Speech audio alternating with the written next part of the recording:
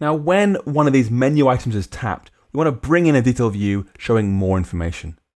We already placed the content view inside a navigation view, so we can now use a new view type called NavigationLink.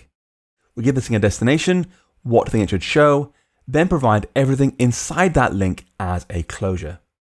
In practice, this looks like all the other containers we've used so far, so let's try it out with a neat shortcut. Although we're going to be showing a detail view in just a minute, we can use a regular text view as a placeholder. So in our item row here, you can see we have image and the VStack and the spacer and the for each. That is our entire row. I'm going to wrap that whole thing, this whole HStack here, in a navigation link. So I'll say navigation link using a destination.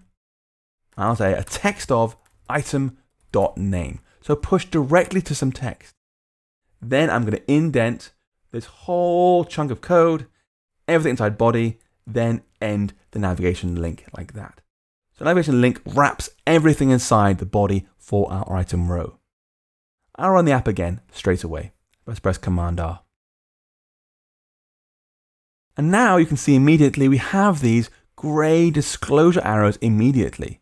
SwiftUI knows this thing will push to a new screen, so it will show those for us automatically. We get the correct behavior by default. And when we tap on one of these items like full English, a new screen slides in saying full English or Thai red curry or whatever you've tapped. We're pushing directly to a piece of text, which is amazing for prototyping. Of course, we want more than just some text. We want a nice big picture, some details about the food, and more. So press Command N to make a new SwiftUI view. This time, call it Item Detail, then press Create. And again, we have the same default text as before with Hello World. As with Item Row, this thing needs to have a menu item passed in and stored as a property. So start by adding a property for that. var item is a menu item. We also have to update the preview code to use that example item so we can see what we're doing. So down here, item detail, we'll say item is again menu item dot example. Load the example menu item.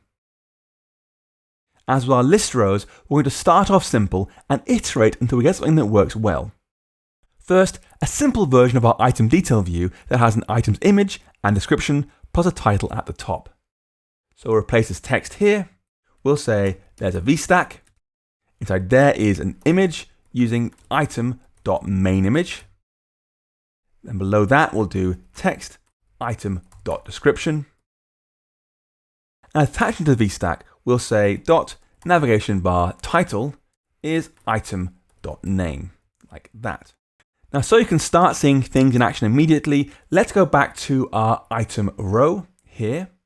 We're currently pushing to the text of our item name. Let's replace that with our new item detail view. I'll say destination is now item detail, passing in item is item. So whatever item was selected, just pass that thing in. So now we can go ahead and run the code and hopefully see the beginnings of our view. There's maple French toast, I'll press that, and there's our output. It's not great, but it's coming together slowly.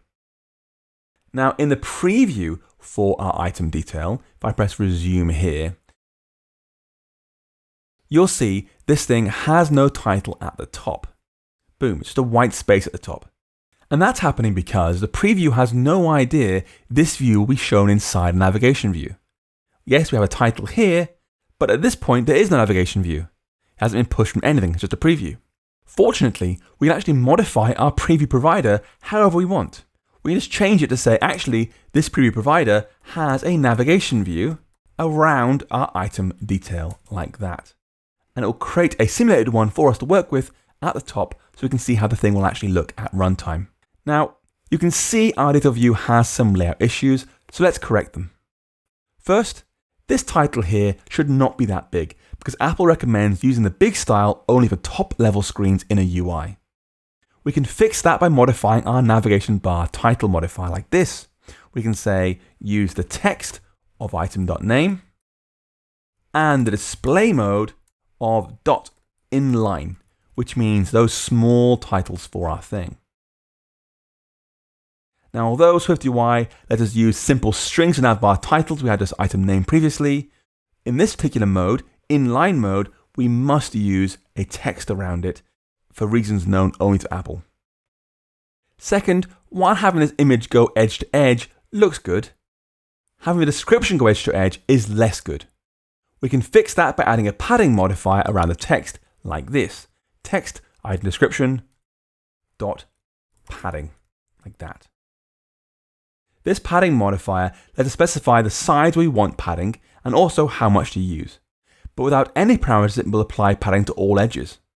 How much it will apply depends on the context, what device is being used and so on, but it generally looks good.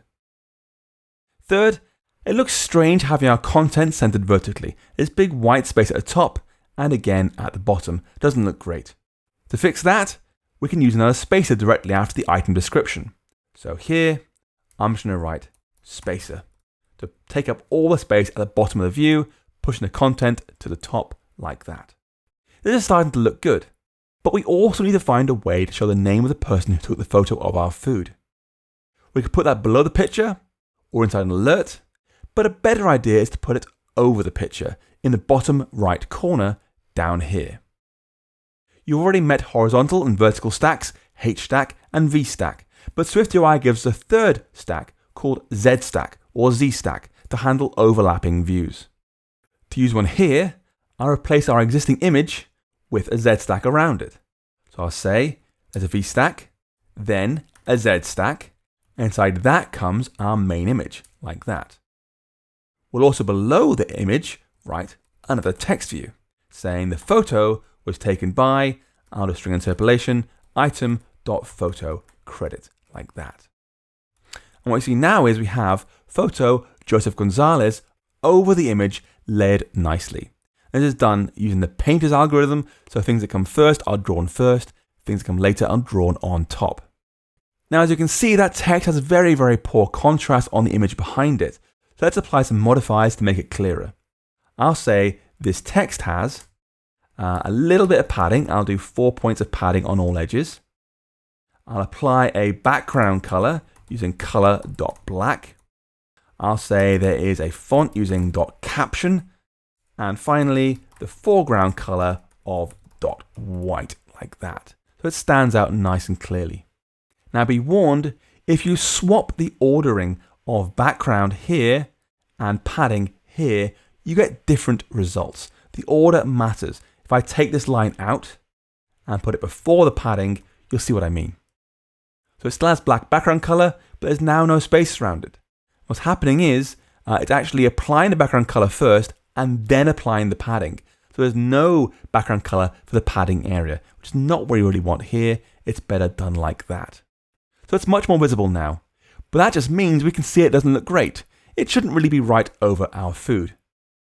To fix that, we can add some alignment to our Zed Stack, so the label's in the bottom right corner. So here, for our Zed Stack, I'll say it has the alignment of .bottom trailing. In our case, a left to right language, that means the bottom right corner. We can even apply some custom offsets to the image, pulling up and left just a little from the edge. So here, I'll say there is a offset, X is -5, Y is -5. Pull in just slightly from both edges like that. Nice.